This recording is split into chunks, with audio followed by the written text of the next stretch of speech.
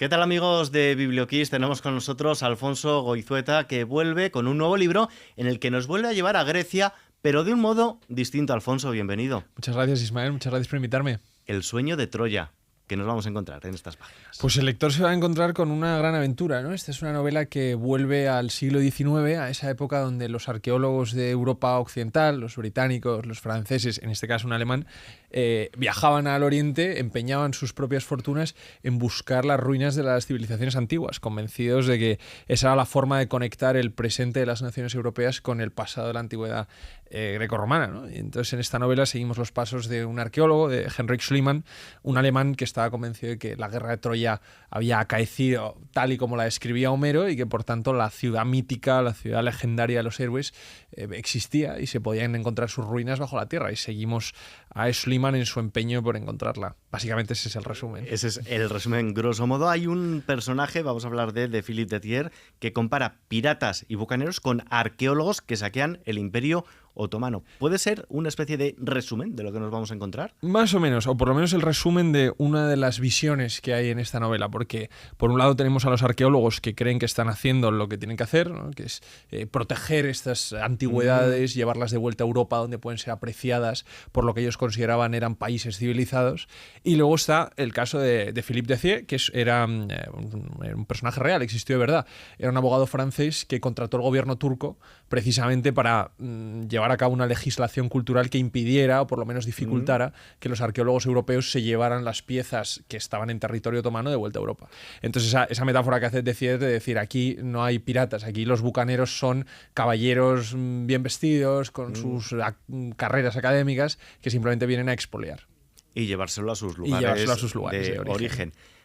Por centrar al lector, a quien te diriges directamente muchas veces en la narración, ¿Schliemann existió o es fruto de la ficción? No, Schliemann existió de verdad. Todos los personajes existieron en esta novela, salvo el narrador, Nicolas Yannikis, que es un personaje ficticio. Pero Schliemann existió de verdad, su mujer Sofía existió de verdad, Frank Albert existió de verdad, y Schliemann es el considerado, uno de los padres de la arqueología, en el sentido no de la ciencia purista tal y como la conocemos hoy en día, porque su arqueología era una arqueología muy romántica, muy de aventurero, pero desde luego es una de esas figuras que cuando se está estudiando la historia de la arqueología se estudia el descubrimiento de Troya por parte de Schliemann, porque fue una revolución en su momento. ¿Y qué es lo que más te ha traído de su figura y del mito de Troya? Yo creo que de la figura de Schliemann lo más interesante es la parte más oscura de su vida, ¿no? Es un hombre, era un hombre que venía de la nada, muy pobre, abandonado por su familia, pero que gracias a su gran inteligencia logró hacer una grandísima fortuna y luego empeñó esa fortuna en ir en busca de Troya. Pero era un hombre muy perseverante, muy visionario, muy inteligente, pero la novela también explora ese lado más oscuro de los genios, ¿no? Los genios hacen grandes cosas también porque están un poco locos, ¿no? Porque a los cuerdos igual la prudencia les impide llevar a cabo las cosas que a los locos no les cuesta tanto. Y Schliemann tiene esa parte de hombre sin escrúpulos, hombre manipulador, un hombre obstinado que no hacía prisioneros cuando se trataba de llevar a cabo sus propósitos, y esa parte más siniestra del genio es muy interesante de retratar. Pero el narrador es Nicolas Yannikis, es un personaje joven que está buscando el sentido de la vida, un personaje más o menos cercano en edad a ti. ¿Hay algo autobiográfico en esta necesidad de encontrar propósito, en esta búsqueda, en esta documentación exhaustiva sobre Grecia? Yo creo que sí, hay bastante autobiográfico en Nicolas Yannikis, pero también en el resto de personajes, ¿no? Yo creo que Yannikis en particular representa ese estar en una juventud que de repente miras hacia el futuro y ves que vas a tener un trabajo normal, o una vida normal, o una vida, como la llama Nicolas Yannikis, una vida mediocre, ¿no? Sin grandes aspavientos ni grandes aventuras. Y esa necesidad que tiene él de ir en busca de algo que le emocione o de algo que le dé sentido a la vida. Pero no solo eso me representa a mí, es que hay otros muchos personajes en la novela que también tienen cosas que he podido sentir yo. El propio Schliemann, esa idea de los sueños o del lado más oscuro de los sueños, de perseguir tus obsesiones y que a veces tus obsesiones puedan contigo, eso también es algo mío, ¿no? Pero yo creo que es algo muy universal, está en todos nosotros. Incluso hay un escritor que aparece con el que compartes iniciales. Iniciales, sí. No sé si es casualidad o causalidad. No, es absolutamente causalidad. Ese escritor soy yo. Esa era un poco el momento de metaficción de la novela, porque dado que es una novela donde es una novela muy metaliteraria, ¿no? Habla del concepto de realidad y de ficción, de las historias que nos contamos. Dentro de la novela hay historias dentro de las historias que se van contando unos y otros personajes. Está todo el juego de cómo la ficción es una mentira que en realidad lo que explica es la verdad del mundo. Entonces, la aparición de ese escritor, que es un escritor así un poco loco, un poco bohemio, como muy del 19, que de repente irrumpe en el yacimiento de Troya buscando, bueno, venga, ¿qué está pasando aquí? Que yo quiero escribir una novela de todos ustedes, de todos los personajes, de todo lo que están haciendo ustedes aquí. Pero quien la escribe es Yannikis. El que la escribe es Yannikis, pero este escritor que llega es el que le dice a Yannikis, algún día tendrás que escribir esta historia. Y eso es casi un juego conmigo mismo, ¿no? De yo mismo meterme en la novela para decirme a mí mismo, continúa escribiendo. Y un juego también con el lector, a ver si descubre esa parte y te ve representado, porque también en la parte del narrador muchas veces te diriges de tú a quien te está leyendo. ¿Por qué has decidido esos llamados de atención a ti, lector?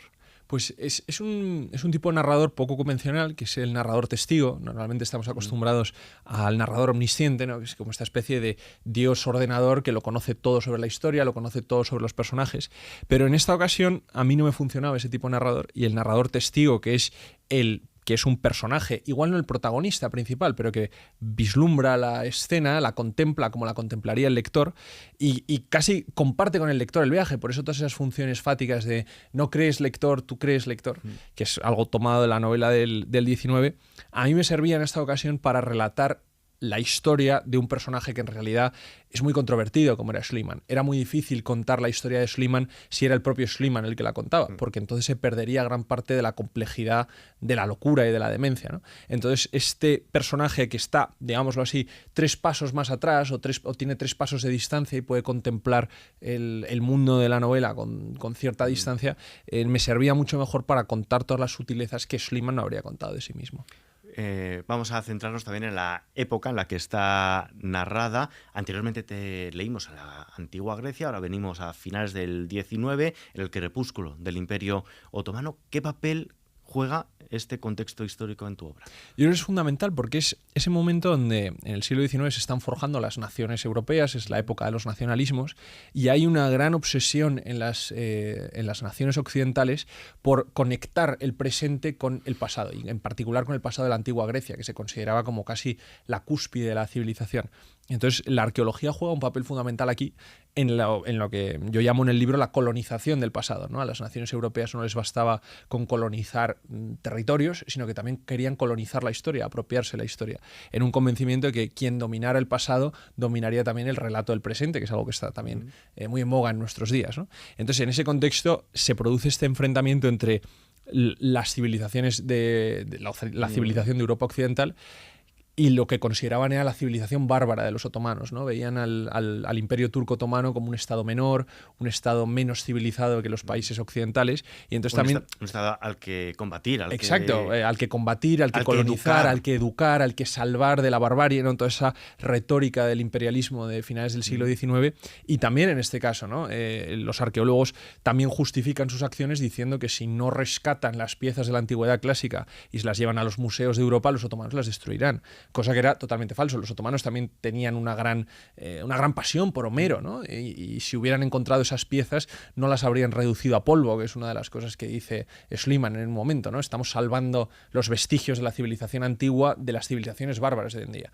Pero es ese contexto donde hay un gran racismo entre Occidente y Oriente. Hay el momento en el que Oriente y Occidente se están dando la espalda en ese finales del siglo XIX. Pero no haces ningún tipo de revisionismo histórico en la novela, simplemente narras los hechos. ¿Cómo conjugas esa fidelidad histórica con la libertad narrativa, que es algo muy importante y muy interesante cuando lees este libro, cuando lees El sueño de Troya? Yo creo que siempre hay que mantener la verosimilitud, ¿no? No puedes inventarte hechos históricos, ni mucho menos, pero es que en la historia no está todo contado en el sentido de en la historiografía.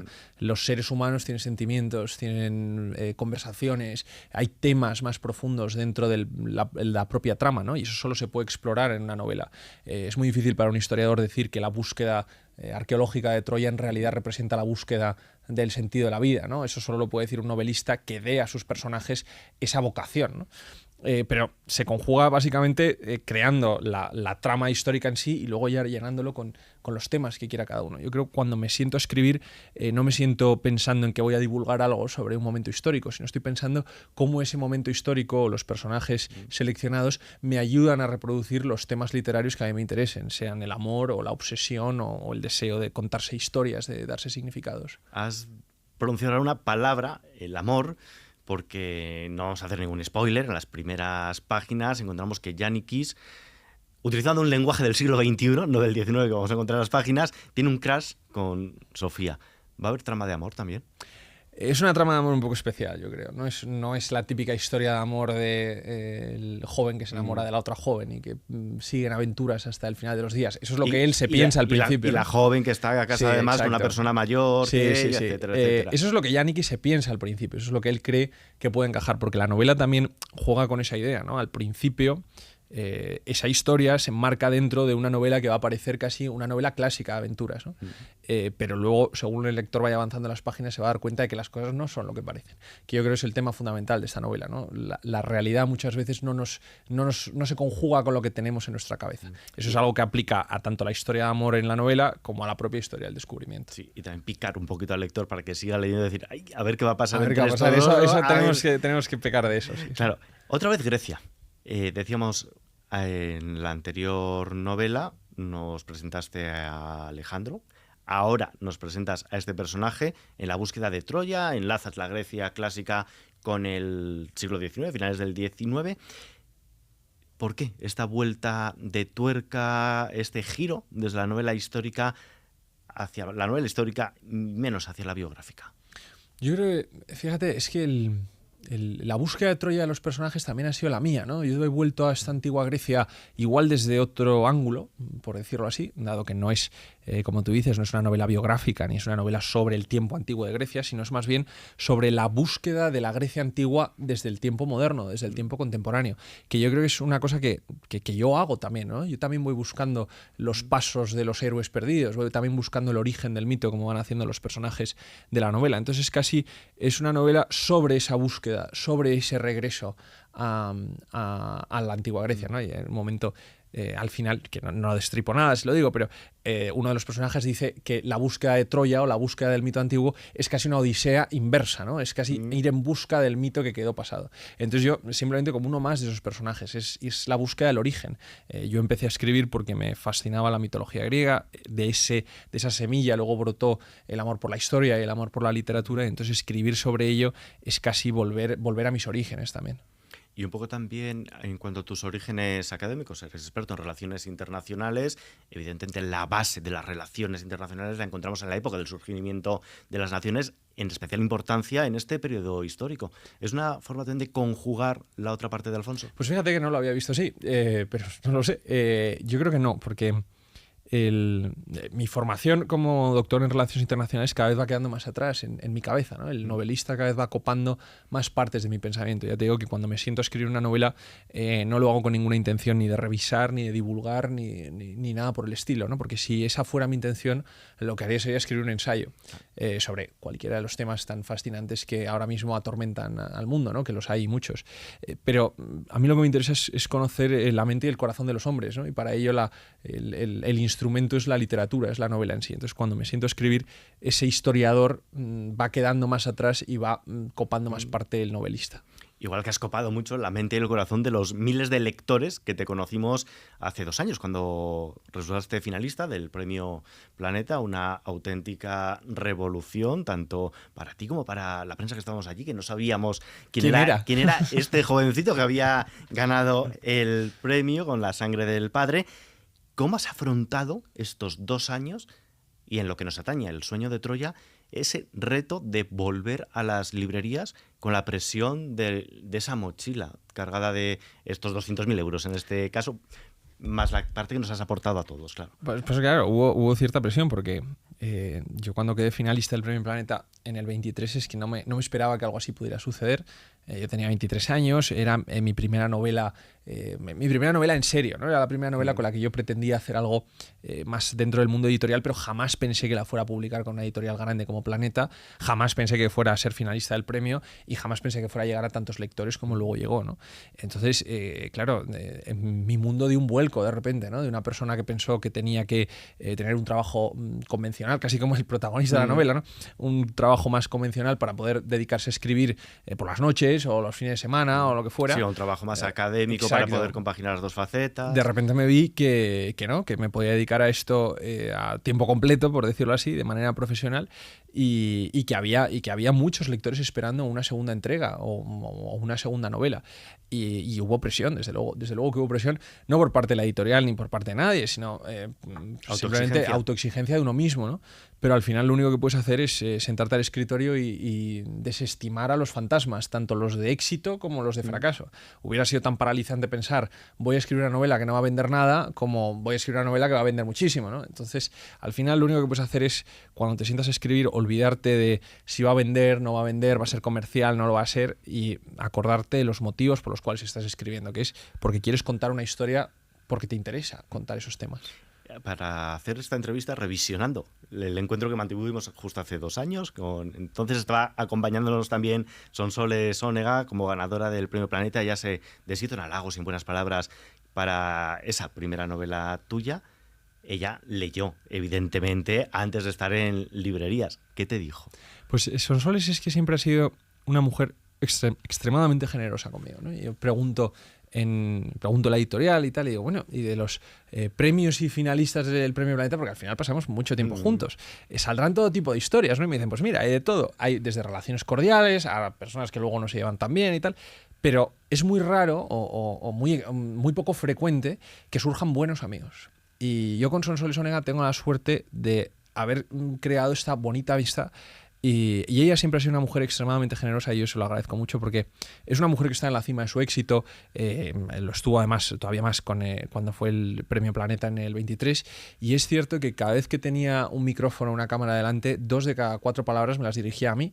Y solo quería llamar la atención sobre mi libro, solo quería llamar la atención sobre mí, y yo es que solo me puedo deshacer en halagos con Sonsoles, que es una extraordinaria mujer, es una mujer de una categoría como pocas veces he conocido. Dices que más allá de tumbas y tesoros, la historia trata sobre la lucha de dar sentido a la existencia. ¿Qué has descubierto tú sobre esta búsqueda de la existencia a la hora de documentarte sobre el sueño de Troya? Bueno, más que a la hora de documentarme, a la hora de escribir la novela, porque el viaje ha sido arduo, ¿no? Entonces, al final, lo que he descubierto es confianza. La misma confianza que tenían los personajes en ir buscando una ciudad que nadie creía que existiera y que nadie creía que fuera real, todo el mundo pensaba que era legendaria, también es la inseguridad de un escritor cuando está sentado a la mesa delante de un taco de folios en blanco, por ponerlo así de esa manera metafórica, del camino que le llevará hasta el final de una historia, de una novela entera armada y que pueda ser ya editada y comercializada, ¿no? Entonces, ese viaje es muy largo, es muy incierto y lo que hay que tener es confianza y perseverancia y paciencia. ¿Por qué Troya sigue siendo un mito, una leyenda que tanto nos atrapa, incluso ahora cuando ya llevamos un cuarto del siglo XXI andado? Porque yo creo que al final los clásicos es lo que tienen, ¿no? Que siguen de actualidad, aunque pasen 3.000 años de la guerra de Troya en sí, o 2.000 años desde que la Ilíada empezó a circular de manera cantada, ¿no? Entonces es que la Ilíada de Homero nos representa a todos en tanto que es la base de la literatura occidental. Es que toda la literatura occidental está construida sobre la Ilíada y la Odisea, porque representan los temas básicos del hombre en su manera más carnal, ¿no? El amor, el coraje, la furia, la desesperación, todo eso está puesto ya en los cantos de la Ilíada y la Odisea. Todo lo demás que se ha hecho es reinventar ese mito una y otra vez. Entonces, cuando volvemos sobre los clásicos, lo que hacemos es simplemente ver otra vez el mundo que nos rodea, pero en su base más primigenia, más arcana, y eso es muy atractivo. Aunque hoy estás aquí con nosotros presentando El sueño de Troya, te tenemos que preguntar también por esas otras facetas que también tienes. ¿Cómo va El Faro? ¿Cómo va el podcast? Pues mira, la torre del Faro va sobreviviendo día a día, ¿no? Porque es muy difícil compaginar con la promoción del libro, con la escritura, pero bueno, poco a poco ahí seguimos. Hemos empezado nuestra 5ª temporada y el podcast continúa. Y además te has estrenado como columnista en el grupo Promecal. Y además me he estrenado como columnista en el grupo Promecal, que es, pues ¿Qué? yo diría una de las facetas que más me divierte ahora mismo de mi vida, ¿eh? Porque seleccionar un tema sobre el que escribir una columna no es tan fácil, porque se puede hablar de muchos temas, pero de muy pocos temas se puede tener algo que decir más allá que repetir lo que se está contando en las noticias. Entonces yo disfruto mucho teniendo que elegir cuidadosamente los temas sobre los que tengo algo que aportar. Y presión sobre el deadline, la fecha de entrega de la columna, que al final es algo mucho más rígido que no cuando estás escribiendo un libro. Eso yo creo que es lo que más ayuda, ¿eh? Dado que tienes una fecha límite muy fija, porque si no se queda algún espacio en blanco en el periódico, ¿no? Eso estimula mucho, si no la imaginación, sí la necesidad de trabajar. A evitar procrastinar y... Sí, desde luego. La forma de procrastinar es decirte a ti mismo, esto se tiene que hacer sí o sí, y lo vas a hacer sí o sí, y entonces ya el cerebro se desbloquea. Sí, es una nueva faceta que has descubierto como escritor profesional. ¿La de columnista o la de procrastinador? Las dos. La de procrastinador supongo que como todos procrastino, ¿no? Pero es que la procrastinación al final no es otra cosa que miedo, ¿no? Es el miedo en tu cabeza diciéndote que dejes una tarea de lado porque si la haces seguro que va a salir mal, ¿no? Entonces al final simplemente hay que... Simplemente, lo digo yo como si fuera sencillo. Es un mecanismo simple pero no es sencillo, el de imponerte al miedo. Y como columnista pues yo lo disfruto mucho. La verdad que el formato de escribir conciso en las 800 palabras que pueda tener una tribuna o las 400 que pueda tener una columna, también es un ejercicio muy difícil de síntesis y de saber que cada palabra quiere decir exactamente lo que quieres que diga. Y también evitar esa descripción tan minuciosa, tan detallada que encontramos en tus libros, en este caso El sueño de Troya. ¿Qué esperas que los lectores encuentren en estas páginas? ¿Qué sensación te gustaría que encuentre el lector cuando termina y cierra la tapadura? Pues la verdad que me gustaría que se preguntara qué Troya lleva dentro. Yo creo que es una novela que más allá de la aventura de los arqueólogos o de volver a ese momento del siglo XIX, lo que está interrogando o lo que está invitando al lector a preguntarse es qué sueños tiene en la vida, qué obsesiones puede tener, qué representa para él cualquiera de esos sueños que tenga dentro, ¿no? ¿Cuál es la Troya que llevamos dentro? Yo creo que es una pregunta sobre cuáles son las ruinas, cuáles son nuestros propios deseos de conectar con lo sagrado dentro de nosotros mismos, ¿no? De encontrarnos nuestro significado en la vida. Y eso es lo que me gustaría que el lector se llevara. ¿Y qué te gustaría que el lector escuchara mientras lee estas páginas? Estamos llegando ya al final, ya te sabes la última pregunta. ¿Qué canción quieres que nos quedemos escuchando? The Ballet Girl de Adam Foyer. Pues mira, no ha dudado ni un segundo. Escuchando esta propuesta de Alfonso Goizueta nos vamos a despedir por hoy. Aquellos que nos estéis viendo, os invitamos a que os paséis por nuestra web, por kissfm.es o por cualquiera de las plataformas de streaming para escuchar el postre que nos ofrece Alfonso. Y aquellos que nos estéis escuchando, por supuesto, pasaos también por nuestra web o por YouTube para ver esta entrevista. Alfonso, muchísimas gracias por acompañarme. Muchísimas gracias, Ismael. A la próxima, aquí te esperamos, aunque ya sea otra persona la que te haga las preguntas. Hasta siempre.